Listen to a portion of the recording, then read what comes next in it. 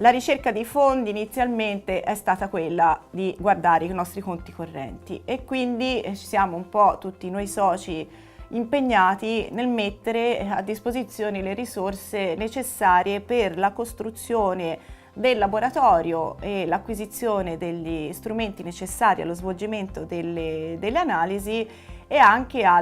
strutturalmente a dividere il fondo che avevamo affittato nelle varie stanze necessarie per il flusso di lavoro. Successivamente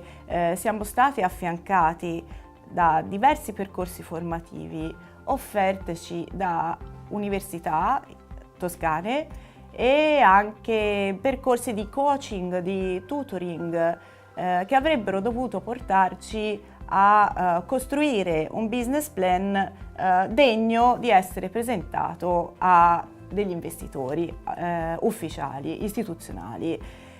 Ricordo che tutte le volte che presentavo questo business plan sorgevano delle perplessità in merito al fatto che il DNA non era possibile brevettarlo, per cui coloro i quali avrebbero potuto sposare il nostro progetto non si sentivano tutelati dalla non presenza di un brevetto, mentre ci davano come vantaggio il fatto che eravamo i primi a muoverci in questo mercato e quindi ricordo che qualcuno mi ha detto: mi raccomando Valentina, corri. In realtà essere i primi a muoversi nel mercato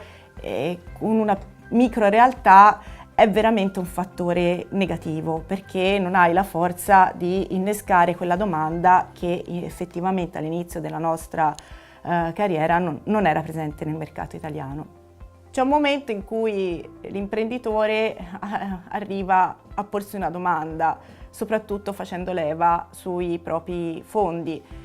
Quando è il momento di smettere di metterli, perché se la tua azienda non sta portando i risultati che ti eri prefissato, scommetti su te stessa ed è difficile smettere di scommettere su te stessa avendo tutta la passione e le ore di lavoro dedicate, e per cui secondo me il punto veramente critico è capire quando interrompere questo flusso. E mi consultai con i miei soci in un periodo critico, diciamo che era avvenuta la fase di commercializzazione dei prodotti ma non aveva avuto l'explosion prevista. Avevamo necessità di fondi. In quel periodo andava di moda, si iniziò a parlare di crowdfunding. Non esistevano ancora le piattaforme che ci sono adesso online, ma trovai la cosa intelligente, nel senso che appartenendo a dei contesti di associazioni di industriali piuttosto che di piccole e medie imprese,